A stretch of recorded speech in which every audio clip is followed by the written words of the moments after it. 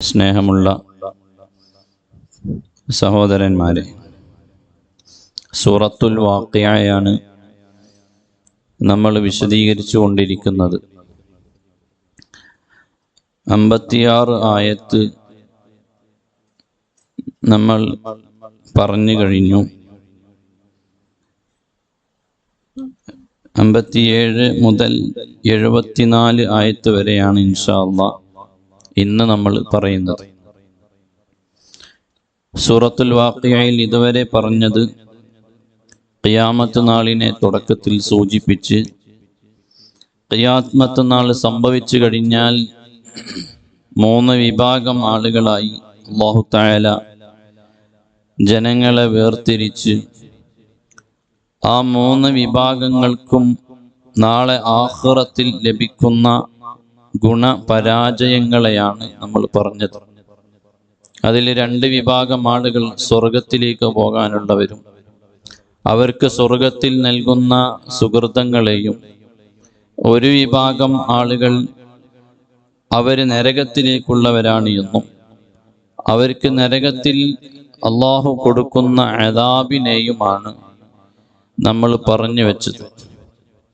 ഇനി ബാക്കി ഭാഗത്ത് അല്ലാഹു തആല ഇന്ന് നമ്മൾ പറയുന്ന ഭാഗത്ത് സൂചിപ്പിക്കുന്നത്, ഇങ്ങനെയൊക്കെ പറഞ്ഞിട്ടും ഒരുപാട് കാര്യങ്ങൾ മനുഷ്യന് ചെയ്തു കൊടുത്തിട്ടും ഈ ജനത, മനുഷ്യൻ നന്ദി കെട്ട വർഗമാണ് എന്ന് അല്ലാഹു തുറന്നു പറയുകയാണ്. കുറച്ച് കാര്യങ്ങളെ അല്ലാഹു തആല ഇനി എടുത്തു പറയുന്നുണ്ട്. എടോ, നിന്നെ ഞാൻ സൃഷ്ടിച്ചില്ലയോ? നമുക്ക് ഞാനാണത് ചെയ്ത് ഉണ്ടാക്കിയത് എന്ന് പറയാൻ അവകാശമില്ലാത്ത ചില ഉദാഹരണങ്ങൾ, വളരെ പ്രധാനപ്പെട്ട ചില ഉദാഹരണങ്ങൾ അള്ളാഹ് എടുത്തിട്ട് ചോദിക്കണം. അല്ലെങ്കിൽ മനുഷ്യൻ വാദിക്കും, അത് പടച്ചോന്റെ കഴിവൊന്നുമല്ല, ഞാനാണ്. അതിനുവേണ്ടി അള്ളാഹു അങ്ങനെയുള്ള വളരെ വ്യക്തമാകുന്ന ചില ഉദാഹരണങ്ങളെ പറഞ്ഞിട്ട്, ഇതൊക്കെ ചെയ്തില്ലയോ, ഇതൊക്കെ നീയാണോ ചെയ്തത്, ഞാനല്ലേ എന്ന് പറഞ്ഞിട്ട് അവസാനം അള്ളാഹ് ഒരു ചോദ്യം ചോദിക്കുന്നുണ്ടത്. ആ ചോദ്യം എന്താണ്? ഇങ്ങനെയൊക്കെ ചെയ്തിട്ടും ഫലൗലാ തശ്കുറൂൻ, നന്ദിയുള്ള വർഗത്തിൽ നിങ്ങൾ വിട്ടുപോയിട്ടില്ലല്ലോ എന്നൊരു ചോദ്യം. ആ ഭാഗമാണ് എന്ന് പറയുന്നത്. മനുഷ്യവർഗം നന്ദിയില്ലാത്തവരാണ്. അല്ലാഹു തആല നൽകിയ നിഅമത്തുകൾക്ക് മനുഷ്യൻ നന്ദി ചെയ്യുന്നില്ല എന്ന് നമുക്ക് ബോധ്യമാണ്. അല്ലാഹു തആല ഇവിടെ ചെയ്യരുത് എന്ന് പറഞ്ഞ കാര്യം മനുഷ്യന് അത് ചെയ്യാൻ പറ്റാത്തത് കൊണ്ടും ഗുണകരമല്ലാത്തത് കൊണ്ടുമാണ് അല്ലാഹു അങ്ങനെ പറഞ്ഞത്.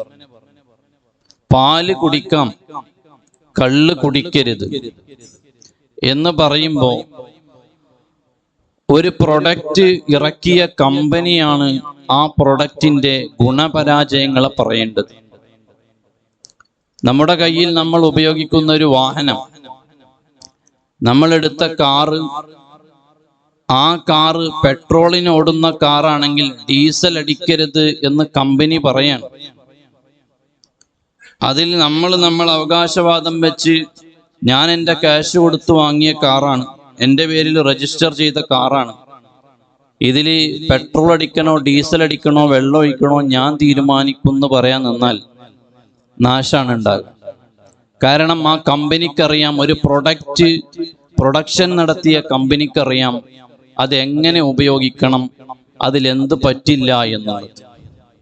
മൊബൈൽ ഫോൺ വെള്ളത്തിലിടാൻ പാടില്ല. ചില വാച്ചുകൾ വാട്ടർ പ്രൂഫ് ഉണ്ട്, വാട്ടർ റെസിസ്റ്റന്റ് ഉണ്ട്. വെള്ളം നനക്കാൻ പറ്റുന്നതുണ്ട്, പറ്റാത്തതുണ്ട്. പറ്റുന്നത് കമ്പനി പറയും, അത് നിങ്ങൾ വെള്ളത്തിൽ ഉപയോഗിക്കാൻ പ്രശ്നമില്ല എന്ന് കമ്പനി ഗ്യാരണ്ടി പറയും. പറ്റാത്തതാണെങ്കിൽ വെള്ളം തട്ടിക്കരുത് എന്നും പറയും. ഇതൊക്കെ നമ്മൾ ഉൽപ്പാദിപ്പിക്കുന്ന, അല്ലെങ്കിൽ മനുഷ്യൻ ഉൽപ്പാദിപ്പിക്കുന്ന ഓരോ പ്രൊഡക്റ്റിൻ്റെയും ഗുണപരാജയങ്ങളെ അതാത് നിർമ്മാതാക്കൾ പറഞ്ഞു തന്നിട്ടുണ്ട്. ഇത്രയേ ഉള്ളൂ. അല്ലാഹു തആലയാണ് മനുഷ്യനെ സൃഷ്ടിച്ചത്. ആ സൃഷ്ടാവ് പറഞ്ഞ ചില നിയമങ്ങളുണ്ട്. മനുഷ്യ, ഇവിടെ നിനക്കത് പറ്റില്ല, അത് ഉപയോഗിച്ചാൽ അപകടമാണ് എന്നൊരുപാട് നിയമങ്ങളെ അല്ലാഹു പറഞ്ഞു. ആ സംഭവങ്ങൾ ഉപയോഗിച്ചാൽ, അത് ചെയ്താൽ നിന്റെ ശരീരത്തിന് നാശമാണ്, അപകടമാണ് എന്ന് സൂചിപ്പിച്ചു. ഇങ്ങനെയൊക്കെ കൃത്യമായി എന്തൊക്കെ ഉപയോഗിക്കാം, എന്തൊക്കെ ഉപയോഗിക്കാൻ പറ്റില്ല എന്ന് കൃത്യമായി അല്ലാഹു തആല പറഞ്ഞു തന്നു. എന്നിട്ടും അല്ലാഹു തആല നമുക്ക് ചെയ്തു തന്ന നിഅമത്തുകൾക്ക് നമ്മൾ ശുക്ർ ചെയ്യുന്നവരാകുന്നില്ല. ഇതാണ് ഇനി അല്ലാഹു തആല ചില ചോദ്യങ്ങൾ നമ്മോട് ചോദിക്കുകയാണ്. അല്ലാഹു തആല പറയുന്നു, നഹ്നു ഖലഖനാകും ഫലൗലാ തുസദ്ദിഖൂൻ. നിങ്ങൾ എന്തൊക്കെ തള്ളി പറഞ്ഞാലും, നിങ്ങളെ ഞാൻ സൃഷ്ടിച്ചല്ലോ, നമ്മൾ നിങ്ങളെ സൃഷ്ടിച്ചിട്ടുണ്ട്. ആ സൃഷ്ടിപ്പിനെ ഫലൗലാ തുസദ്ദിഖൂൻ, നിങ്ങളെ സൃഷ്ടിപ്പ് വലിയ അത്ഭുതമാണ്. ആ സൃഷ്ടിപ്പിനെ നിങ്ങൾ എന്തുകൊണ്ട് വിശ്വസിക്കുന്നില്ല? അല്ലാഹു തആല ചോദിക്കാണ്. ഞാനാണ്, എൻ്റെ കമ്പനിയാണ് നിങ്ങളെ പ്രൊഡക്ഷൻ നടത്തിയത്, ഞാനാണ് നിങ്ങളെ ഉൽപ്പാദിപ്പിച്ചത്, നിങ്ങളെ മനുഷ്യവർഗത്തെ ഇവിടെ എല്ലാം നിർമ്മിച്ചത് ഞാനാണ്. എന്തുകൊണ്ട് നിങ്ങൾ എന്നെ അംഗീകരിക്കുന്നില്ല? അല്ലാഹു തആല ചോദിക്കുകയാണ്. എന്നിട്ട് മനുഷ്യൻ ഉൾക്കൊള്ളാൻ പറ്റുന്ന ചില ചോദ്യങ്ങൾ, ഞാനാണ് നിങ്ങളെ പടച്ചത് എന്ന് നിങ്ങൾ അംഗീകരിക്കുന്നില്ല എങ്കിൽ അടുത്തത് കോളറിനെ പിടിച്ചുള്ള ചോദ്യമാണ്. അഫറഅയ്തും മാ തുംനൂൻ അഅൻതും തഖ്ലുഖൂനഹു അം നഹ്നുൽ ഖാലിഖൂൻ. അഫറഅയ്തും മാ തുംനൂൻ, നിങ്ങളെ പടച്ചത് ഞാനാണ് എന്ന് നിങ്ങൾ അവിശ്വസിക്കുകയാണോ? അഫറഅയ്തും എന്നാൽ ഞാൻ തെളിവ് പറയാണ്. അഫറഅയ്തും മാ തുംനൂൻ, നിങ്ങളെല്ലാവരും കാണുന്നില്ലേ, അറിയുന്നില്ലേ? മനുഷ്യനുണ്ടാകുന്നത് മനിയിൽ നിന്നാണ്. ആ മനിയെ ഒരു സ്ത്രീയുടെ ഭാര്യയുടെ ഗർഭപാത്രത്തിൽ നിക്ഷേപിക്കുമ്പോഴാണ് മനുഷ്യൻ ഉണ്ടായി വരുന്നത്. അതറിയാത്തവരില്ല. എന്നിട്ട് അല്ലാഹു തആല ചോദിക്കുന്നു, അങ്ങനെയുള്ള മനിയെ അത് ഒരു സ്ത്രീയുടെ ഭാര്യയുടെ ഗർഭപാത്രത്തിൽ ചെന്ന് അവിടെ നിന്ന് അത് രക്തക്കട്ടയായി, പിന്നെ മാംസപിണ്ഡമായി, പിന്നെ മനുഷ്യരൂപത്തിലേക്ക് വന്ന് അങ്ങനെ ജീവൻ നൽകി ഒരു കുഞ്ഞിനെ പ്രസവിക്കുന്ന രൂപം, ആ രൂപത്തിൽ നിങ്ങളെ ഞാൻ നിർമ്മിക്കുമ്പോ അല്ലാഹു തആല ചോദിക്കുന്നു, അഅൻതും തഖ്ലുഖൂനഹു അം നഹ്നുൽ ഖാലിഖൂൻ. ആ മനുഷ്യന്റെ ബീജത്തെ ഒരു സ്ത്രീയുടെ ഗർഭപാത്രത്തിലേക്ക് എത്തിച്ചു എന്നുള്ളത് കൊണ്ട് ആ സ്ത്രീ ഗർഭിണിയാകൂല. അല്ലാഹ് ചോദിക്കുകയാണ്, എടോ അഅൻതും തഖ്ലുഖൂനഹു അം നഹ്നുൽ ഖാലിഖൂൻ. ഇവിടെയും ചിലപ്പോൾ മനുഷ്യൻ പറയും, അത് ഞാനാണ്, എൻ്റെ ഭാര്യയുമായി ഞാൻ ബന്ധപ്പെട്ടിട്ടാണ് കുഞ്ഞുങ്ങൾ ഉണ്ടായത് എന്ന്. എന്നാൽ അള്ളാഹുവിൻ്റെ ചോദ്യം അതല്ല. അങ്ങനെ ബന്ധപ്പെട്ടിട്ടും മക്കളില്ലാത്ത ഒരുപാട് ആളുകളില്ലേ? അവർക്കെന്തേ മക്കളില്ലാത്തത്?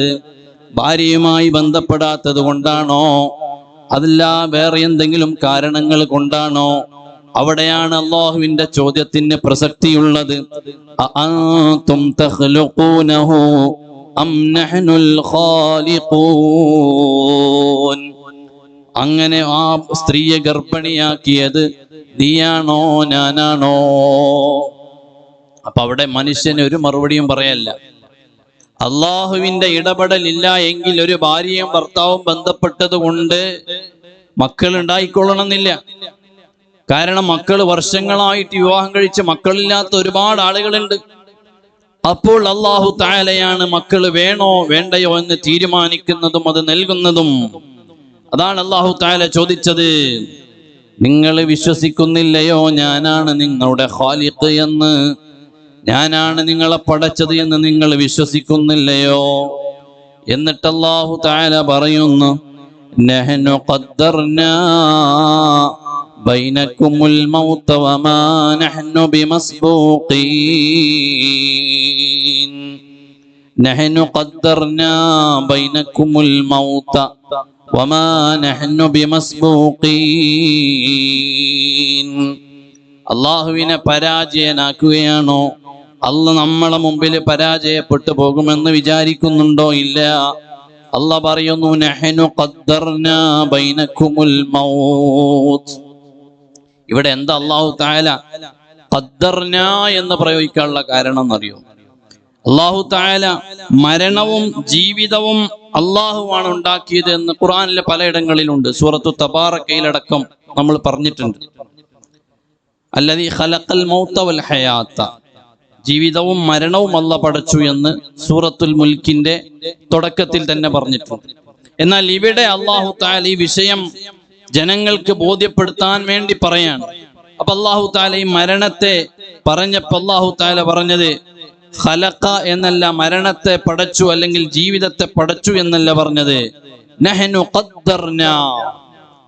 ഖദ്ദർനാ ബൈനകുമുൽ മൗത്ത്, നിങ്ങൾക്ക് മരണമുണ്ട് എന്ന് ഉറപ്പാണ്. ജനിച്ച ഒരാൾക്ക് മരണമുണ്ട് എന്നുള്ളതിൽ നിങ്ങൾക്ക് സംശയമില്ല. അപ്പൊ അതിൽ ഇനി പറയുന്നതിൽ പ്രസക്തിയില്ല. എന്നാൽ അല്ലാഹു തആല പറയാണ് ആ മരണം എപ്പോൾ വേണമെന്ന് അതിന്റെ കണക്കാക്കുന്നവൻ ആരാണ്? ഖദ്ദർനാ, നമ്മളാണല്ല പറയുന്നു. നിങ്ങൾ എവിടെ വെച്ച് മരിക്കണമെന്ന്, എങ്ങനെ മരിക്കണമെന്ന്, അതോ മരിക്കുന്നത് ആരും അറിയാതെ എവിടെയോ ആകണമെന്ന്, എല്ലാം അല്ലാഹുവിന്റെ തർത്തീബാണ്. അതുകൊണ്ടാണ് അല്ലാഹ് പറഞ്ഞത് മരണമുണ്ട് എന്നത് നിങ്ങൾ ഉറപ്പിച്ചിട്ടുണ്ട്. എന്നാൽ ആ മരണം എവിടെയാകണം? നീ ജനിച്ച ഉടനെ തന്നെയാകണോ? അതോ കുറച്ച് പ്രായമായതിന് ശേഷമാകണോ? അതോ നിന്റെ മാതാപിതാക്കൾ മരിക്കുന്നതിന്റെ മുമ്പ് വേണോ? അതിന് ശേഷം വേണോ? നഹ്നു ഖദ്ദർനാ ബൈനകുമുൽ മൗത, മോനെ നിനക്ക് മരണം എവിടെ വെച്ച് വേണം, എങ്ങനെ വേണം? നീ വീട്ടിൽ നിന്ന് നല്ലപോലെ ഈമാനുള്ള മരണമാണോ? അതോ നടുറോട്ടിൽ ആക്സിഡന്റ് ആയ മരണമാണോ? അതല്ല ഹോസ്പിറ്റലിൽ ICU-വിൽ വെച്ചുള്ള മരണമാണോ? അതോ പള്ളിയിൽ നിസ്കരിച്ചു കൊണ്ടിരിക്കുമ്പോഴുള്ള മരണമാണോ? എവിടെ, എങ്ങനെ, ഏതൊക്കെ രീതിയിൽ നീ മരിക്കണമെന്ന്, എന്ന്, ഏത് സമയത്ത്, ഏത് ദിവസത്തിൽ മരിക്കണമെന്ന് തീരുമാനിക്കുന്നവൻ ആരാണ്? നഹ്നു ഖദ്ദർനാ ബൈനകുമുൽ മൗത വമാ നഹ്നു ബിമസ്ബൂഖീൻ.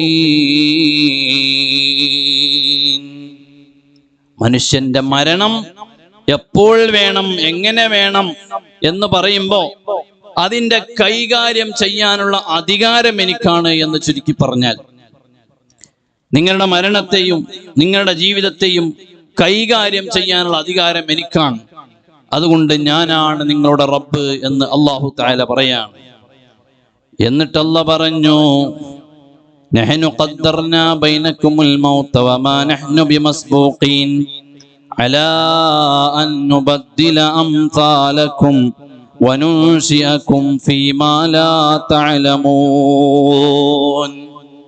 എന്നിട്ട് അല്ലാഹു തആല പറയാണ്, എടോ ധിക്കാരിയായ മനുഷ്യ, അലാ അൻ നുബദ്ദില അംസാലകും, വേണമെന്ന് വിചാരിച്ചാൽ നിന്റെ പകരം നിന്നെ അങ്ങ് മാറ്റിക്കളയാനാകും. നിന്റെ വീട്ടിൽ നിനക്ക് നീയല്ലാത്ത ഒരാൾ അധികാരത്തിൽ വരും. നിന്റെ സ്ഥാനം വേറെ ഒരാൾക്ക് നൽകാൻ എനിക്ക് കഴിയും. അല്ലാഹ് പറയാണ്, നിങ്ങളെ ഇവിടെയുള്ള മനുഷ്യന്മാരെ തന്നെ മുഴുവനും അങ്ങ് തുടച്ചു നീക്കിയിട്ട് വേറെ ഒരു വിഭാഗത്തെ കൊണ്ടുവരാനും എനിക്ക് കഴിയുമെന്നാണ്. കണ്ടില്ലേ, ആദ് സമുദായത്തെ അള്ളാഹിനോട് ധിക്കാരം കാണിച്ചപ്പോൾ അല്ലാഹ് അങ്ങ് തുടച്ചു നീക്കി. എന്നിട്ട് വേറെ ഒരു സമുദായത്തെ, സമൂദ് ഗോത്രത്തെ കൊണ്ടുവന്നു. അവരും പാഠം ഉൾക്കൊണ്ടില്ല, അവരെയും അങ്ങ് തുടച്ചു നീക്കി. ഈ ചെയ്ത റബ്ബിന് ഖുർആനിൽ അല്ലാഹ് പറയാണ്, അലാ അൻ നുബദ്ദില അംസാലകും, നിങ്ങളുടെ സ്ഥാനങ്ങളിൽ നിന്ന് നിങ്ങളെ മാറ്റിയിട്ട് അതേ ഈ നാട്ടിൽ വേറെ ഒരു നാട്ടുകാരെ കൊണ്ടുവരാൻ, വേറെ ആളുകളെ കൊണ്ടുവരാൻ അല്ലാഹ്ക്ക് പ്രയാസമില്ല. അതിന്റെ ഒരു തഫ്സീർ അതാണ്. നിങ്ങളെല്ലാവരെയും ഇവിടെ നിന്ന് അങ്ങ് മാറ്റിക്കളയും, എന്നിട്ട് ഈ നാട്ടിൽ പുതിയ ഒരു വിഭാഗത്തെ കൊണ്ടുവരാൻ അല്ലാഹ്ക്ക് പ്രയാസമല്ല. അതുകൊണ്ട് രണ്ടാമത്തതിന്റെ തഫ്സീർ എന്താണ്? നിങ്ങളുടെ വീടുകളിൽ, നിങ്ങൾ ഇന്നിരിക്കുന്ന സ്ഥാനങ്ങളിൽ, നിങ്ങൾ കൈകാര്യം ചെയ്യുന്ന മേഖലകളിൽ നാളെ വേറെ ആളുകളെ അല്ലാഹു തആല കൊണ്ടുവരും. ഇന്ന് നിങ്ങൾ വീട്ടിലെ രക്ഷിതാവാണെങ്കിൽ നാളെ നിങ്ങളെ മകനാണ് നിങ്ങളെ വീട്ടിലെ രക്ഷിതാവായി വരുന്നത്. ഇന്ന് നിങ്ങൾ പല സ്ഥാനങ്ങളിലും ഇരിക്കുന്നുണ്ടെങ്കിൽ ആ സ്ഥാനങ്ങളിൽ നാളെ മറ്റുള്ള ആളുകളെ അള്ളാഹുവാണ് നിയോഗിക്കുന്നത്. അതുകൊണ്ട് തന്നെ വേണ്ടി വന്നാൽ അള്ളാഹു തആലയെല്ലാം മാറ്റിമറിക്കാൻ കഴിവുള്ളവനാണ്. അതുകൊണ്ടാണ് അള്ളാഹു തആല പറഞ്ഞത്, നിങ്ങൾ ഇരിക്കുന്ന സ്ഥലങ്ങളിൽ നിന്ന്, മക്കാനുകളിൽ നിന്ന് മാറ്റാനുള്ള കഴിവ് അള്ളാഹുവിനുണ്ട്. എന്നിട്ട് അതേ ആയത്തിൽ അല്ലാഹ് പറഞ്ഞു, വനുൻശിഅകും ഫീമാ ലാ തഅലമൂൻ. നിങ്ങളെ മാറ്റിക്കളയാണ്, നിങ്ങളെ തന്നെ വേറെ ഒരു രൂപത്തിലേക്ക് മാറ്റാനും അള്ളാഹുവിന് അറിയും. ഇപ്പൊ മനുഷ്യരാണ്, ബുദ്ധിയുള്ളവരാണ്, അറിവുള്ളവരാണ്. എന്നാൽ അറിവില്ലാത്തവരും ബുദ്ധിയില്ലാത്തവരുമുണ്ട്. അതുപോലെ നിങ്ങളെ അങ്ങ് ഉണ്ടാക്കി കളയാനും അള്ളാഹുവിന് പ്രയാസമില്ല. എന്താണ്, എത്ര ഗൗരവമുള്ള വാക്കാന്ന് നമ്മൾ ഓർക്കണം. ഇതല്ല വെറുതെ അങ്ങ് പറയല്ല. ഖുർആനിൽ തന്നെ വ്യത്യസ്തങ്ങളായ ഉദാഹരണങ്ങൾ അതിന് പറയുന്നുണ്ട്. നിങ്ങൾ നോക്കൂ, സൂറത്തു യാസീനിൽ അല്ലാഹു തആല പറഞ്ഞു, ലൗ നശാഉ ലതമസ്നാ അലാ അഅ്യുനിഹിം. മോനെ, നിങ്ങളുടെ കണ്ണ് അല്ലാഹ് അങ്ങ് തുടച്ചു നീക്കിയാൽ, കണ്ണ് തുടച്ചു നീക്കിയാൽ എന്ന് പറഞ്ഞാൽ ആ കണ്ണ് തന്നെ അവിടെ ഇല്ലാതെ അങ്ങ് അല്ലാഹ് അതങ്ങ് നിരപ്പാക്കി കളഞ്ഞാൽ,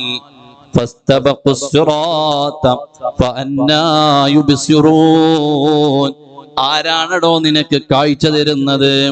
അപ്പോഴും മനുഷ്യനൊരു വാദമുണ്ട്, കണ്ണില്ലെങ്കിൽ ഞാൻ എങ്ങനെയെങ്കിലൊക്കെ വടികുത്തി തപ്പിപ്പിടിച്ചു പോകുമെന്ന്. ഉടനെ അള്ളാന്റെ അടുത്ത ഗൗരവമുള്ള ആയത്ത്, വലൗ നശാഉ ലമസഖ്നാഹും അലാ മകാനതിഹിം ഫമസ്തതാഉ മുളിയൻ വലാ യർജിഊൻ. എടോ, നിന്നെ തന്നെ അങ്ങ് രൂപം മാറ്റി അവിടെ കളഞ്ഞാൽ പിന്നെ നീ എങ്ങോട്ട് പോകാനാണ്? അള്ളാഹുവിന് രൂപം മാറ്റാൻ പണിയില്ല. നോക്കൂ നിങ്ങൾ, ബനൂ ഇസ്രായേലിൽ അവർക്ക് യൗമുസ് സബ്ത്, ശനിയാഴ്ച ദിവസം വളരെ പ്രധാനമുള്ള ദിവസമാക്കി കൊടുത്തിരുന്നു. നമുക്ക് വെള്ളിയാഴ്ചയാണ് പവിത്രതയുള്ള ദിവസം. അവർക്ക് യൗമുസ് സബ്ത്, ശനിയാഴ്ചയാണ് വളരെ പ്രധാനമുള്ള ദിവസമാക്കി കൊടുത്തത്. ആ ദിവസത്തിൽ മീൻ പിടിക്കാൻ പോകരുത് എന്ന് അവരെ നിയമമാണ്. പക്ഷേ അവരിൽ നിന്ന് കുറച്ചാളുകൾ അവരതാ മത്സ്യം പിടിക്കാൻ വേണ്ടി പോയി. അങ്ങനെ വ്യാഴാഴ്ചയും വെള്ളിയാഴ്ചയിലും മത്സ്യം പിടിക്കാൻ പോയി, കിട്ടിയില്ല. ശനിയാഴ്ച അവരുടെ ആരാധനയുടെ ദിവസം വന്നപ്പോ നല്ല മീനുണ്ട്. അവരാ മത്സ്യം പിടിക്കാൻ വേണ്ടി നിന്നോ, നല്ല മത്സ്യം കിട്ടി. സുബ്ഹാനല്ലാഹ്, അവര് വീട്ടിലേക്ക് വന്ന് തിരിച്ചു കയറി. വിശുദ്ധ ഖുർആനിന്റെ സൂറത്തുൽ അഅറാഫിലും സൂറത്തുൽ ബഖറയിലും ഇതിന്റെ സൂചനകൾ പറയുന്നുണ്ട്. കൂനൂ ഖിറദതൻ ഖാസിഈൻ. അവരെ എല്ലാവരെയും അല്ലാഹ് അങ്ങ് കുരങ്ങന്മാരാക്കി കളഞ്ഞു. മീൻ പിടിച്ചിട്ട് വന്നു, ശനിയാഴ്ച പോകരുതെന്ന് പറഞ്ഞത് കേട്ടില്ല, പോയി. വീട്ടിൽ വന്നു. പിറ്റേ ദിവസം നേരം വെളുത്തപ്പോ വീട്ടുകാർ പുറത്തിറങ്ങി വരുന്നില്ല. നോക്കുമ്പോ മുഴുവണ്ണം കുരങ്ങന്മാരായിട്ടുണ്ട്. 3 ദിവസം കഴിഞ്ഞ് എല്ലാം ചത്തുപോയി. തഫ്സീറിൽ കാണാം. കൂനൂ ഖിറദതൻ ഖാസിഈൻ. ഖുർആൻ പറഞ്ഞതാ, കൂനൂ ഖിറദതൻ ഖാസിഈൻ. ഈ പ്രയോഗം സൂറത്തുൽ അഅറാഫിലുണ്ട്, സൂറത്തുൽ ബഖറയിലുണ്ട്. ബനൂ ഇസ്രായേൽ ഉണ്ടായ സംഭവമാണ്. അതുകൊണ്ട് അല്ലാഹ്ക്ക് ഇത് പ്രയാസമേ അല്ല.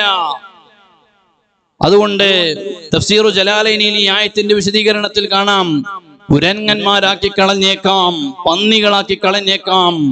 അതുകൊണ്ട് മനുഷ്യനെ, നിന്നെ ഏത് രീതിയിലേക്ക് മാറ്റാനും അള്ളാഹുവിന് കഴിയുമെന്ന് അള്ളാഹു തആല ഗൗരവത്തോടെ പറയുകയാണ്. അതുകൊണ്ട് എന്റെ സൃഷ്ടിപ്പിനെ നീ അംഗീകരിക്കുന്നില്ലേ എന്ന ചോദ്യമാണ്. അലാ അൻ നുബദ്ദില അംസാലകും വനുൻശിഅകും ഫീമാ ലാ തഅലമൂൻ. നീ എന്റെ സൃഷ്ടിപ്പിനെ അംഗീകരിക്കണം. എന്നിട്ട് അല്ലാഹു തആല പറയുന്നുണ്ട്, ഇനി നിങ്ങൾ ആ സൃഷ്ടിപ്പിനെ, നിങ്ങൾ ഉണ്ടായത് ഏതായാലും അംഗീകരിച്ചല്ലോ, ഉണ്ടായിട്ടുണ്ട് എന്ന് അംഗീകരിച്ചിട്ടുണ്ട്. വലഖദ് അലിംതുമുൻ നശ്അതൽ ഊലാ. നിങ്ങളെ ആദ്യം ഉണ്ടാക്കിയത് നിങ്ങൾ അറിഞ്ഞിട്ടുണ്ട്. അതുകൊണ്ട് തന്നെ അതൊക്കെ അറിഞ്ഞിട്ടും നിങ്ങൾ ഫലൗലാ തദക്കറൂൻ, എന്തേ നിങ്ങൾ എന്നെ അംഗീകരിക്കാത്തത്, നിങ്ങൾ ചിന്തിക്കാത്തത് എന്താണ് എന്നാണ് അല്ലാഹു തആല ചോദിക്കുന്നത്.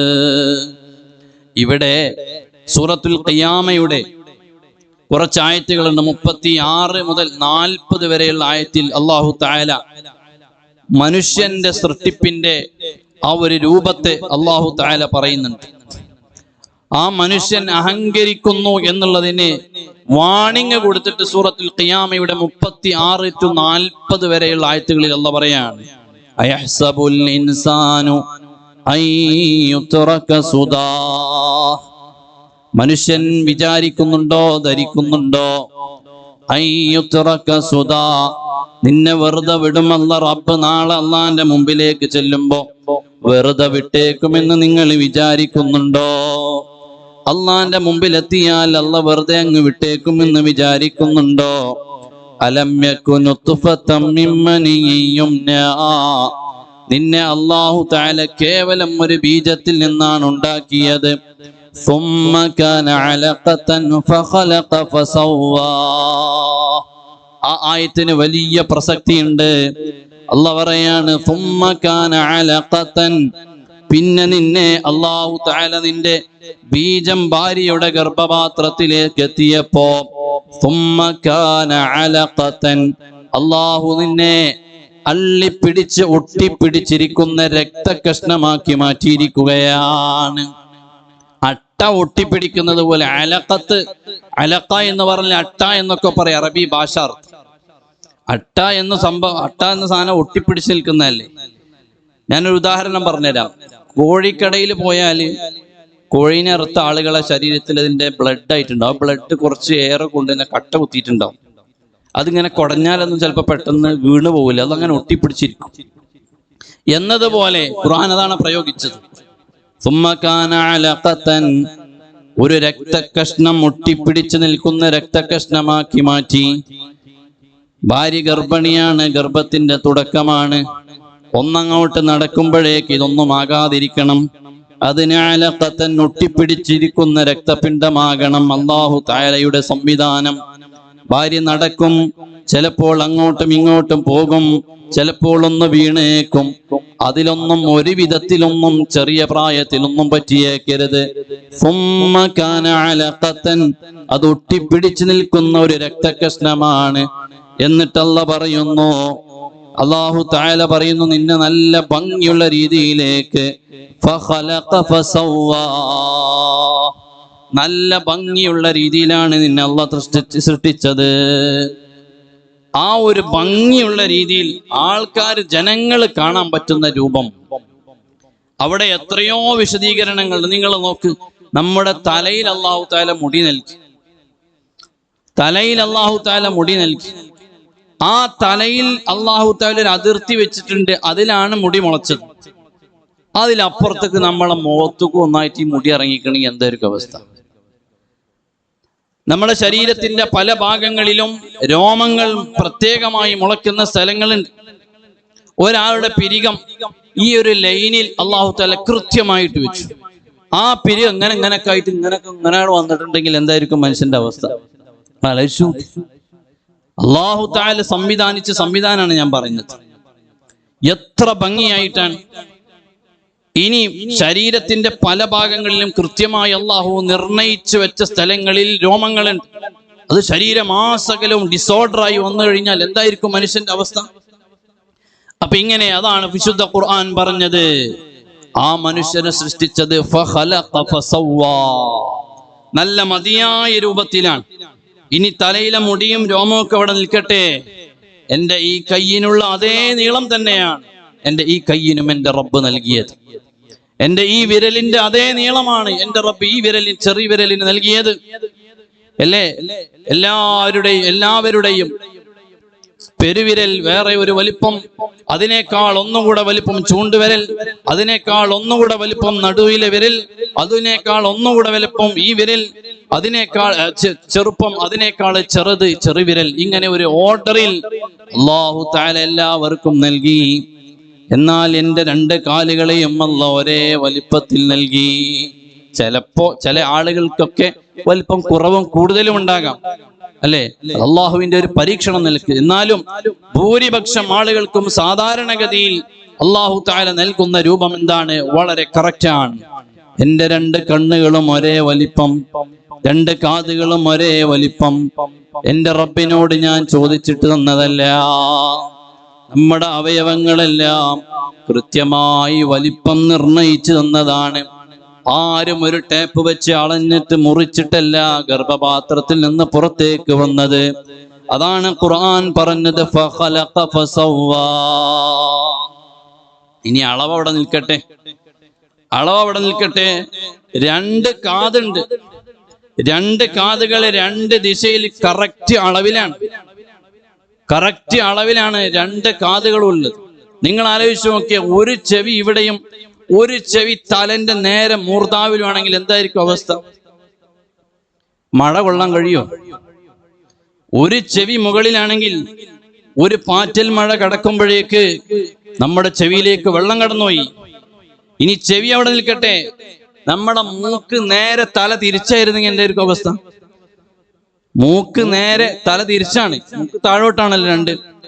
ആ മൂക്ക് നേരെ ഇങ്ങനെയാണ് നിൽക്കുന്നുണ്ടെങ്കിൽ വെള്ളം ഒഴിച്ച 2 ഹോളിലും ഇങ്ങനെ വെള്ളം നിൽക്കും അല്ലേ? മൂക്കിൽ വെള്ളം കയറ്റി ചുറ്റുമ്പോ പാർക്കിലൊക്കെ ഉണ്ടല്ലോ വെള്ളം ഇങ്ങനെ വരുന്നു, അങ്ങനെ വരും. അല്ലാഹു തആല നൽകിയ തർത്തീബ് ആലോചിച്ച് നോക്കി നിങ്ങൾ. ഈ മൂക്ക് ഇങ്ങനെ വെച്ചാൽ അള്ളാഹിനോട് എന്തേപ്പറ്റി ഇങ്ങനെ വെച്ചു എന്ന് ആരെങ്കിലും ചോദിക്കണ്ടോ? ഇല്ല. ഡോക്ടർമാര് പറയുന്നു 35 ലക്ഷത്തിന്റെ പ്ലാസ്റ്റിക് സർജറി വേണമെന്ന് പറയും. അതിലപ്പുറം എന്തേ പടച്ചോൻ ഇങ്ങനെ ചെയ്തു ഒരു പരാതി കൊടുക്കാൻ ഒരാൾ ഒരു കോടതിയിലും പോവില്ല. അതാണ് അല്ലാഹു തആല ചോദിച്ചത്. അപ്പൊ അല്ലാഹു നമുക്ക് നൽകിയ നിഅമത്തുകൾക്ക് ശുക്ർ ചെയ്താൽ മതിയാകില്ല. ഫഖലഖ ഫസവ്വ മാത്രം പഠിച്ചാൽ.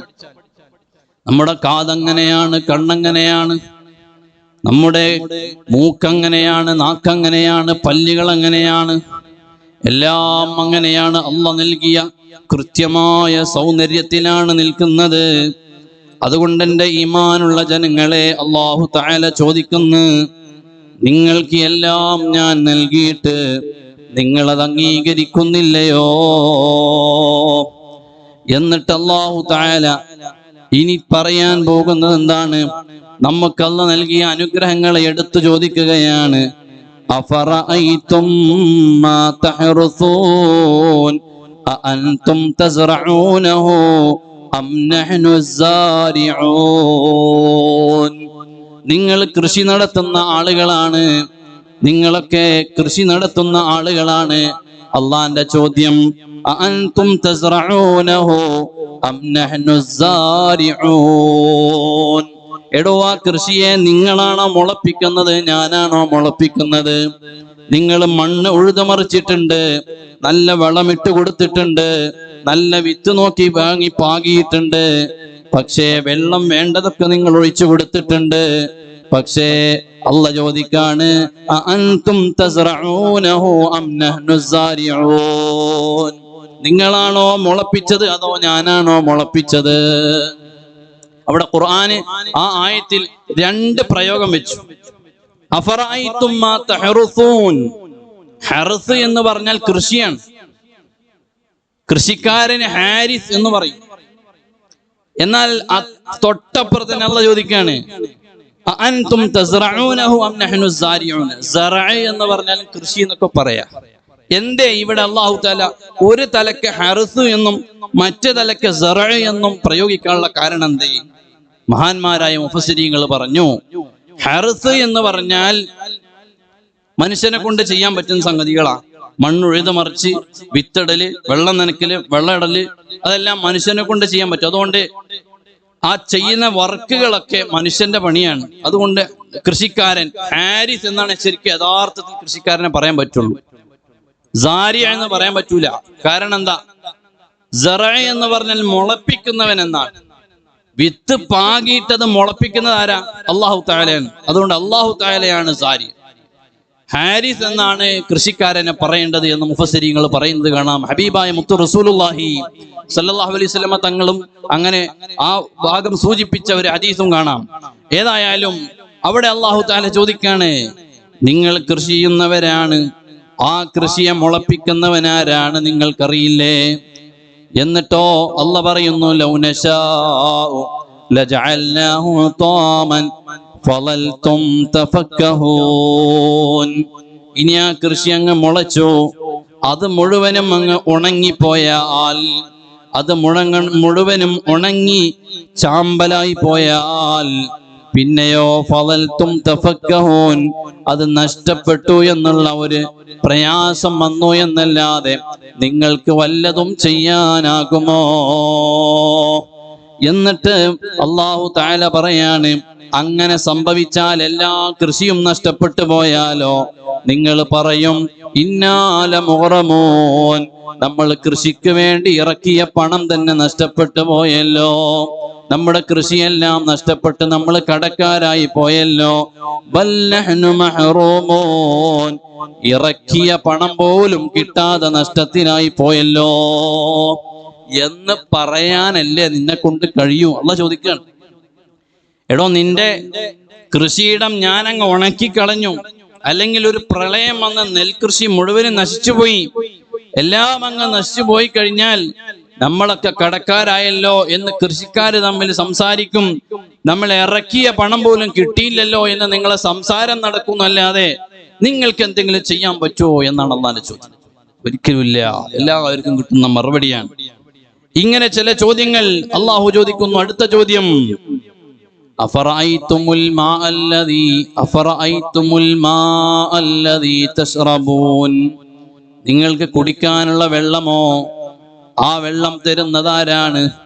അഅൻതും അൻസൽതുമൂഹു മിനൽ മുസ്നി അം നഹ്നുൽ മുൻസിലൂൻ, അത് മേഘത്തിൽ നിന്ന് വർഷിപ്പിക്കുന്നത് ആരാണ്? നീയാണോ അതോ ഞാനാണോ? അല്ലാഹ് ചോദിക്കാണ്. മേഘത്തിൽ, കാർമേഘത്തിൽ നിന്ന് മഴ വർഷിപ്പിക്കുന്നത് അത് നീയാണോ അതോ ഞാനാണോ? എന്നിട്ട് അല്ലാഹ് പറയുന്നു, നല്ല വെള്ളം നിനക്ക് തന്നു, ആ വെള്ളം ലൗ നശാഉ ജഅൽനാഹു ജാജാ, ആ വെള്ളം കടലിൽ നിന്ന് നീരാവിയായി ഉയർന്നു പോകുന്ന വെള്ളം, ആ വെള്ളം പിന്നെ മഴയായി വരുമ്പോ ഉപ്പ് രസമില്ലാതെ നിനക്ക് മഴ പെയ്യുന്നുണ്ട്, അത് ഞാൻ ഉപ്പ് രസമാക്കിയാൽ നിന്നെ കൊണ്ട് എന്ത് ചെയ്യാൻ പറ്റും? അള്ളാന്റെ ചോദ്യാണ്. സുബ്ഹാനല്ലാഹ്, ഞാൻ പെയ്യിപ്പിക്കുന്ന മഴ ഉപ്പ് രസത്തിലുള്ള മഴയായാൽ നിനക്കെന്ത് ചെയ്യാൻ പറ്റും? ഒന്നും ചെയ്യാൻ പറ്റൂല. ഇങ്ങനെ അല്ലാഹു തആല നമ്മുടെ ചിന്തകളെ പുറത്തേക്ക് ചാടിപ്പിക്കുന്ന ചോദ്യം. എന്നിട്ട് ഒരൊറ്റ ചോദ്യം, ഫലൗലാ തശ്കുറൂൻ, എന്താടാ നീ നന്ദിയില്ലാത്തവനാകാത്തത് എന്ന് അല്ലാഹുവിന്റെ ചോദ്യം. എന്തുകൊണ്ടാ നീ നന്ദിയില്ലാത്തവനായത്? നന്ദിയില്ലാത്ത ജാതിയായി പോയല്ലോ, എന്തുകൊണ്ട് നീ നന്ദി കാണിക്കുന്നില്ല? ഒരു ഭക്ഷണം കഴിക്കുമ്പോ നമ്മൾ നന്ദി കാണിക്കണ്ടേ? ബിസ്മി ചൊല്ലണ്ടേ? ചൊല്ലുന്ന ശീലം നമ്മൾക്ക് വേണ്ടേ? ബിസ്മില്ലാഹിർ റഹ്മാനിർ റഹീം. ഒരു ചോറ് കഴിക്കുന്ന സമയത്ത് ഒരു ഉരുള നമ്മുടെ വായിലേക്ക് കൊണ്ടുപോകുമ്പോ ബിസ്മില്ലാഹി, പടച്ചവനെ നീ എപ്പോഴും ഉള്ളവനാണ്, നിന്നെ ഉണ്ടാക്കിയവൻ വേറെ ആരുമില്ല, നീയാണ് ഈ ചോറ്റുരുള എനിക്ക് ഉണ്ടാക്കി തന്നത്. റഹ്മാൻ, പ്രസന്റിലേക്ക് വരുന്നു, വർത്തമാനത്തിലേക്ക് വരുന്നു. പടച്ചവനെ, ഈ സമയത്ത് ഈ ഭക്ഷണം കഴിക്കാൻ എന്റെ മുമ്പിൽ കിട്ടിയെന്ന് വിചാരിച്ച് എനിക്ക് കഴിയൂല, അതുകൊണ്ട് നിന്റെ കരുണ വേണം, കരുണ വേണം. വായിലേക്ക് അത് വെക്കുമ്പോ തൊണ്ടയിൽ കുടുങ്ങരുത്. പ്രസന്റിൽ നിന്റെ സഹായം വേണം, കരുണ വേണം. അർ-റഹീം, ഇവിടുന്ന് പോയാൽ ഭാവിയിലും എന്റെ കയ്യിൽ നിന്ന് വിട്ടുപോയി, അതിനി വേണ്ട രീതിയിൽ ദഹിപ്പിച്ച് എന്റെ ശരീരത്തിന്റെ മറ്റുള്ള കുടലുകളിലും മറ്റുമൊന്നും പ്രശ്നങ്ങളില്ലാതെ ഭാവി കാലങ്ങളും അത് ഭംഗിയാക്കണം. ബിസ്മില്ലാഹിർ റഹ്മാനിർ റഹീം. ഇങ്ങനെ ചൊല്ലാറുണ്ടോ നമ്മൾ? ബിസ്മില്ലയിൽ ഒതുക്കാറല്ലേ? ആ ബിസ്മില്ലനെ പൂർണ്ണമായി ചൊല്ലാറുണ്ടോ? ഹംദ് നമ്മൾ ചൊല്ലാറുണ്ടോ? ചെറിയ ഒരു മിഠായി തിന്നിട്ടാണെങ്കിലും നമ്മൾ ഹംദ് പറയണ്ടേ? ചെറിയ എന്തെങ്കിലും ഒരു മുറുക്ക് വെള്ളം കുടിച്ചിട്ടാണെങ്കിലും നമ്മൾ ഹംദ് പറയണ്ടേ? ആ വെള്ളം നമ്മുടെ ശ്വാസകോശത്തിലേക്ക് പോയാൽ മരണം വരെ സംഭവിച്ചു പോകില്ലേ? ഇങ്ങനെ വലിയ അപകടങ്ങളിൽ നിന്ന് അല്ലാഹു തആല നമ്മെ കാത്തുരക്ഷിച്ച് വേണ്ട ഭക്ഷണവും പാനീയവും നമ്മുടെ മുമ്പിലേക്ക് വരുമ്പോ അതിന് നമ്മൾ ശുക്ർ ചെയ്യുന്നവരാകണ്ടേ എന്നാണ് അല്ലാഹ് ചോദിക്കുന്നത്. അതുകൊണ്ട് പ്രിയമുള്ളവരെ, ഹബീബായ പുണ്യ നബി സല്ലല്ലാഹു അലൈഹി വസല്ലമ തങ്ങളെ മഹാന്മാരായ മുഫസ്സിരീങ്ങൾ അവിടുത്തെ ഇമാം മുസ്ലിം റളിയല്ലാഹു അൻഹു അടക്കം പറയുന്ന ഒരു ഹദീസ് ഉണ്ട്. എന്താണത്? ഒരു ദിവസം സിദ്ദീഖുൽ അക്ബർ റളിയല്ലാഹു അൻഹു ഇറങ്ങി നടക്കുകയാണ്. നോക്കിയപ്പോ സുബ്ഹാനല്ലാഹ്, വഴിയിലതാ ഒരാളിരിക്കുന്നു. ആരാണ്? ഇസ്ലാമിന്റെ രണ്ടാമത്തെ ഖലീഫ ഉമർ ഇബ്നുൽ ഖത്താബ് റളിയല്ലാഹു അൻഹു ഇങ്ങനെ ഇരിക്കുന്നുണ്ട് വഴിയോരത്ത്. എന്തേ ഉമർ ഇബ്നുൽ ഖത്താബ് തങ്ങൾ ഇറങ്ങി വരാനുള്ള കാരണം? വിശപ്പാണ്, വിശന്നിട്ട് വന്നതാണ്. വല്ലതും കിട്ടുമോ? വയറ് വിശന്നിട്ട് വന്നതാണ്, വല്ലതും കിട്ടുമോ എന്ന് ആലോചിച്ച് പുറത്തിറങ്ങിയതാണ്. ഉമർ ഇബ്നുൽ ഖത്താബ് തങ്ങൾ വഴിയോരത്തിരിക്കുന്നു. ആരെങ്കിലുമൊക്കെ സ്വഹാബത്ത് വരുമ്പോ ഭക്ഷണം കഴിക്കാൻ വീട്ടിലേക്ക് വിളിച്ചാലോ, അങ്ങനെ കൊണ്ടുപോകുമല്ലോ എന്ന പ്രതീക്ഷയിൽ ഉമർ ഇബ്നുൽ ഖത്താബ് തങ്ങൾ ഇരിക്കുന്നു. കൂട്ടുകാരെ, ആരാണ്? ലോകത്തെ ഏറ്റവും ഉന്നതരായ ഹബീബ് മുത്ത് റസൂലുള്ളാഹി സല്ലല്ലാഹു അലൈഹി വസല്ലമ തങ്ങൾ ഏൽപ്പിച്ച ഇസ്ലാമിന്റെ രണ്ടാമത്തെ ഖലീഫയാണ് ഇരിക്കുന്നത്. ആ ഖലീഫ ഇങ്ങനെ ഇരിക്കുമ്പോ ഉമർ ഇബ്നുൽ ഖത്താബ് തങ്ങൾ ഇരിക്കുന്ന സമയത്ത് അതാ ഒരാൾ വരുന്നു. ആരാണെന്ന് നോക്കിയപ്പോ സിദ്ദീഖുൽ അക്ബർ റളിയല്ലാഹു അൻഹു ആണ്. സിദ്ദീഖുൽ അക്ബർ തങ്ങൾ ഇങ്ങനെ വരുന്നുണ്ട്. അപ്പൊ ഉമർ ഇബ്നുൽ ഖത്താബ് നോക്കിയപ്പോ, പഠിച്ചവനെ, സിദ്ദീഖ് തങ്ങളാണല്ലോ. സിദ്ദീഖ് തങ്ങളാണ്, പണക്കാരനാണ്. എന്തായാലും വീട്ടിലേക്ക് ഭക്ഷണം കഴിക്കാനോ വെള്ളം കുടിക്കാനൊക്കെ വിളിച്ചു കൊണ്ടുപോകും. സിദ്ദീഖ് തങ്ങൾ വന്നപ്പോ ചോദിച്ചു ഉമർ ഖത്താബ് തങ്ങളോട്, എന്താ ഉമർ എവിടെ ഇരിക്കണ്? ഉമർ ഖത്താബ് തങ്ങൾ പറഞ്ഞു, പള്ളക്ക് പയിച്ചിട്ടാണ്, വിശന്നിട്ട് ഇറങ്ങിയതാണ്, വല്ലതും കിട്ടുമോ നോക്കാൻ വേണ്ടി ഇറങ്ങിയതാണ്. ഉടനെ സിദ്ദീഖുൽ അക്ബർ റളിയല്ലാഹു അൻഹു പറഞ്ഞു, ഉമർ ഇബ്നുൽ ഖത്താബ് തങ്ങളെ, നിങ്ങളെ വീട്ടിൽ നിന്ന് പുറത്തിറങ്ങാൻ എന്താണോ കാരണം, അതേ കാരണം തന്നെയാണ് എന്നെയും പുറത്തിറക്കിയത്. ഞാനും വിശന്നിട്ട് ഭക്ഷണം വല്ലതും കിട്ടാൻ വേണ്ടി ഇറങ്ങിയതാണ്. യാ അല്ലാഹ്, രണ്ടുപേരും ആ വഴിയോരത്ത് ഇങ്ങനെ ഇരിക്കുകയാണ്. വിശന്നിട്ട് ഇസ്ലാമിന്റെ രണ്ട് നേതാക്കൾ ഇങ്ങനെ ഇരിക്കുകയാണ്. ഇനി ആരെങ്കിലും വരുമോ? അങ്ങനെ നോക്കുമ്പോ വരുന്നു ഹബീബ് മുത്ത് റസൂലുള്ളാഹി സല്ലല്ലാഹു അലൈഹി വസല്ലം. എന്താ സ്വലാത്തിൽ ഞാനൊരു മടി. ഹബീബ് മുത്ത് റസൂലുള്ളാഹി സല്ലല്ലാഹു അലൈഹി വസല്ലം തങ്ങൾ വരുന്നു. ഞാൻ ചുരുക്കി പറയാം, ആ സംഭവം നീണ്ട സംഭവം. ഹദീസിലും തഫ്സീറുകളിലൊക്കെ വ്യത്യസ്തങ്ങളായ റിവായത്തുകൾ കാണാൻ പറ്റും. അങ്ങനെ തങ്ങൾ വന്നു. തങ്ങൾ ചോദിച്ചു, എന്താണ് നിങ്ങൾ രണ്ടുപേരും ഇങ്ങനെ വഴിയോരത്തിരിക്കുന്നത് പതിവില്ലാതെ? അപ്പൊ പറഞ്ഞു, തങ്ങളെ, വിശപ്പിന്റെ കാഠിന്യം കൊണ്ടിറങ്ങിയതാണ്.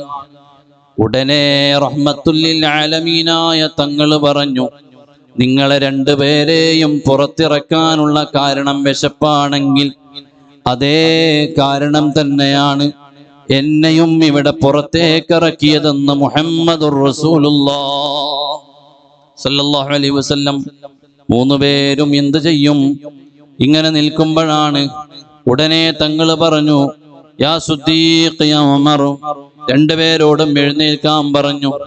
രണ്ടുപേരും എഴുന്നേറ്റു. തങ്ങൾ പറഞ്ഞു, വാ, കൂടെ വായോ. കൂടെ വിളിച്ചു കൊണ്ടുപോകുന്നു സ്വഹാബിയുടെ വീട്ടിലേക്ക്. അബുൽ ഹൈസമുൽ അൻസാരി തങ്ങളെ വീട്ടിലേക്കാണ്. വലിയ സൽക്കാര പ്രിയനാണ് അബുൽ ഹൈസമുൽ അൻസാരി റളിയല്ലാഹു അൻഹുവിന്റെ വീട്ടിലേക്ക് മൂവരും കൂടെ നടന്നു ചെല്ലുന്നു. ചെന്നപ്പോ വാതിലടഞ്ഞു കിടക്കാണ്.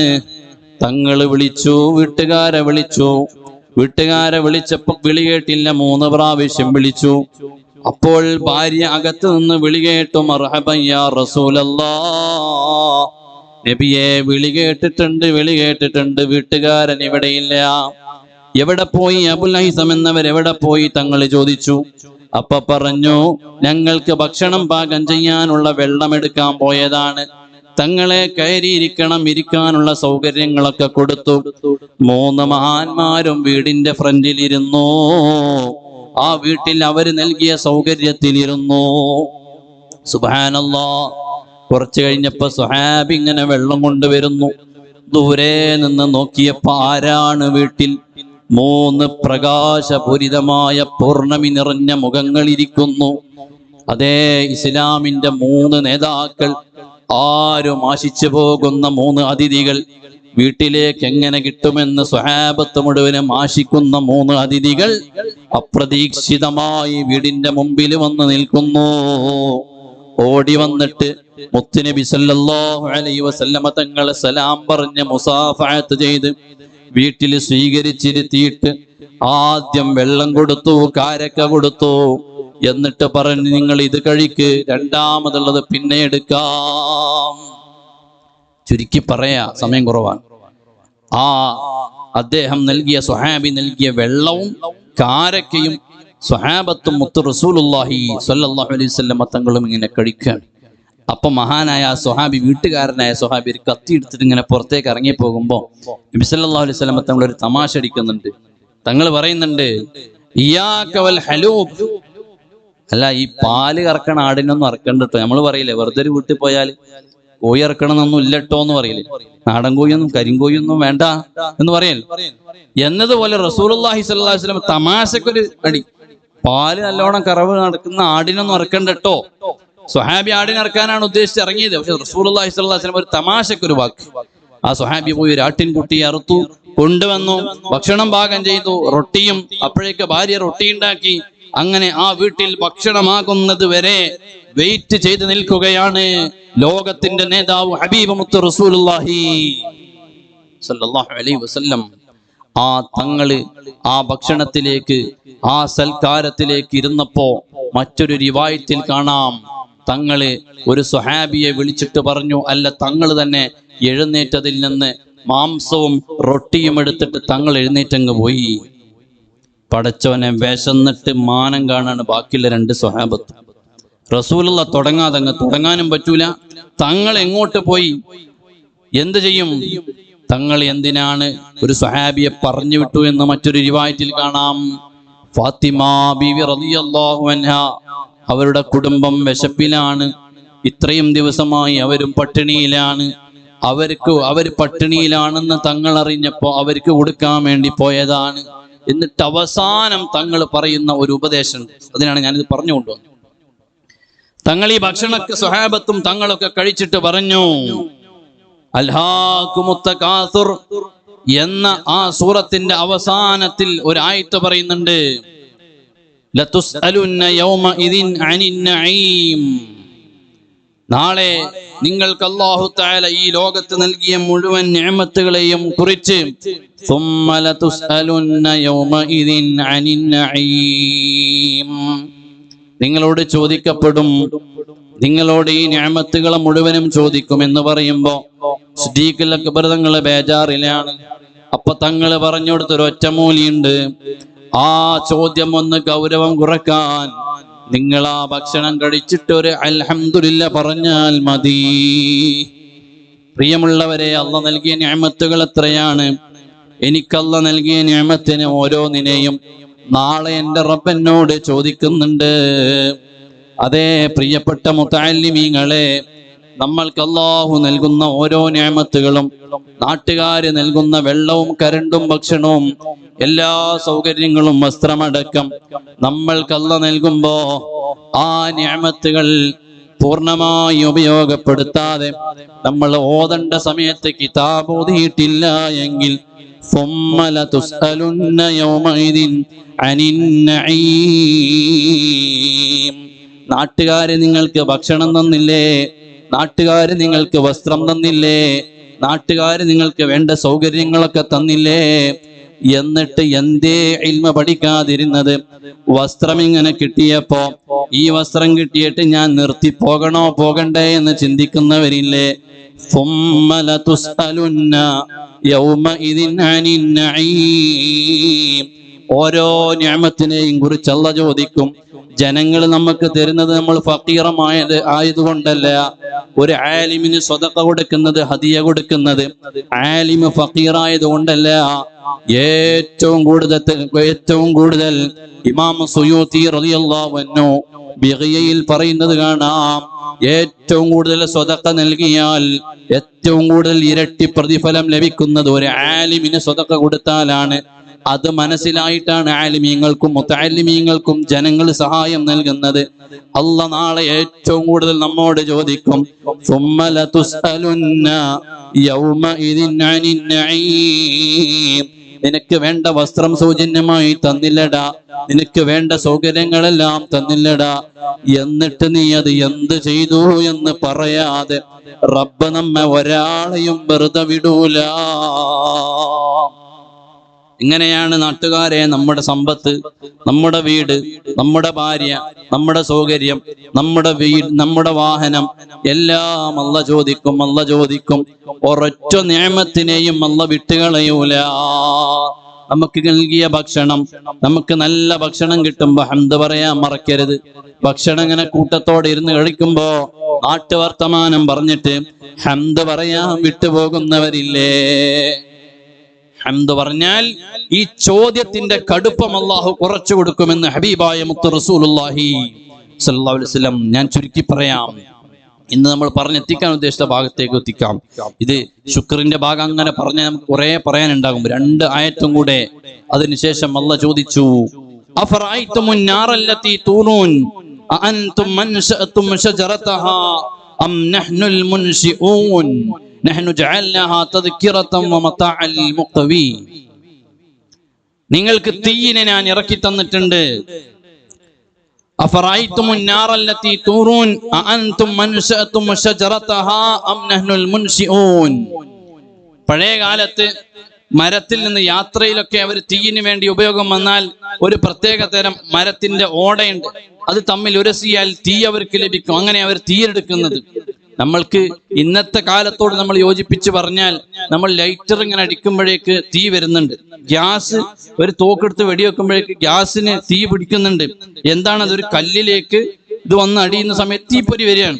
നമ്മൾ വെറുതെ കല്ലിൽ ഒരു കമ്പി എടുത്ത് കല്ലെടുത്ത് മേടിയാൽ തന്നെ, അടിച്ചാൽ തന്നെ തീപ്പൊരി വരും. അള്ളാന്റെ ചോദ്യതാണ്. ആ സമുദായത്തോട് അന്നത്തെ കാലത്ത് ആ മരത്തിൽ നിന്ന് തീയെടുത്തിരുന്നവരോടുള്ള ചോദ്യം അത് കാലോചിതമായി നമ്മളോടും ചോദിക്കാം.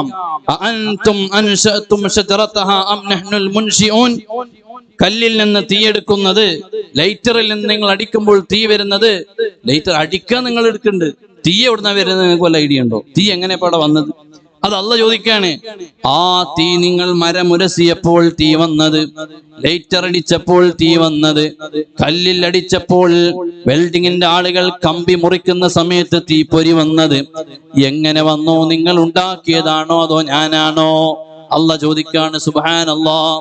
എന്നിട്ട് അല്ലാഹ് പറയുന്നു, ഇതെല്ലാം നഹ്നു ജഅൽനാഹാ, ഈ തീയിന്റെ വിഷയം പറഞ്ഞിട്ട് അല്ലാഹ് പറയുന്നു, ഈ തീയിനെ നമ്മൾ തദ്കിറത്തൻ, നിങ്ങൾക്കൊരു പാഠമാക്കിയിട്ടാണ്. എന്തിന്റെ പാഠമാണ്? നരകത്തെ കുറിച്ചൊരു സൂചന നൽകാനുമാണ്. നരകം ഉണ്ട് എന്നാണ് അതൊരു പുകമറയാക്കിയിട്ട് ലാസ്റ്റ് ഒന്നും ഉണ്ടാവില്ലേ എന്നൊരു ധാരണ ഒന്നും വേണ്ട. നിങ്ങളെ മുമ്പിലുള്ള തീ ഉണ്ടല്ലോ, കൈ പൊള്ളിയ തീ, ചൂടായ തീ, ആ തീയിന്റെ 69 ഇരട്ടി 70 ഇരട്ടിയാണ് നരകത്തിലെ തീ എന്നാണ്. അപ്പൊ നിങ്ങൾക്ക് ചെറിയൊരു സാമ്പിളും കിട്ടും. നഹ്നു ജഅൽനാഹാ തദ്കിറത്തൻ, ആ തീയിനെ നമ്മൾ നിങ്ങൾക്ക് ഇറക്കി തന്നത് എന്തിനു വേണ്ടിയാണ്? നിങ്ങൾക്കൊരു പാഠമാകാൻ വേണ്ടിയാണ് എന്ന് വിശുദ്ധ ഖുർആൻ പറയുന്നു. വമതാഅൽ ലിൽമുഖ്വീൻ, അതുപോലെ നിങ്ങളെ യാത്രയിൽ അവർ മരത്തിൽ നിന്ന് തീയെടുത്തുന്നത് പോലെ ആ യാത്രയിൽ ഉപകരിക്കാനുമാണ്. അതുകൊണ്ട് അല്ലാഹ് പറയാണ്, ഫസബ്ബിഹ് ബിസ്മി റബ്ബിക്കൽ അദീം. അതുകൊണ്ട് നിന്റെ റബ്ബിനെ നീ അനുസരിക്കണം. ആ റബ്ബിനെ, റബ്ബിന്റെ പ്രതാപത്തെ മനസ്സിലാക്കണം. ആ റബ്ബിനെ തസ്ബീഹ് ചൊല്ലിയിട്ട് ജീവിക്കണം. ആ റബ്ബിന് ശുക്ർ ചെയ്ത് ജീവിക്കണം എന്നുള്ള പറയാണ്. അല്ലാഹു തആല അതിന് നമുക്ക് തൗഫീഖ് നൽകുമാറാകട്ടെ. അല്ലാഹുവേ, ഞങ്ങൾ പറഞ്ഞു കേട്ട ഈ ഇൽമുകൾ ഞങ്ങളുടെ ജീവിതത്തിൽ പകർത്താനുള്ള തൗഫീഖ് നൽകണേ റഹ്മാനേ. വിശുദ്ധ ഖുർആൻ ഒരുപാട് കാലം പറയാനും അത് കേൾക്കാനും അതനുസരിച്ച് ജീവിക്കാനുമുള്ള തൗഫീഖ് ഞങ്ങൾക്ക് എല്ലാവർക്കും നൽകണേ.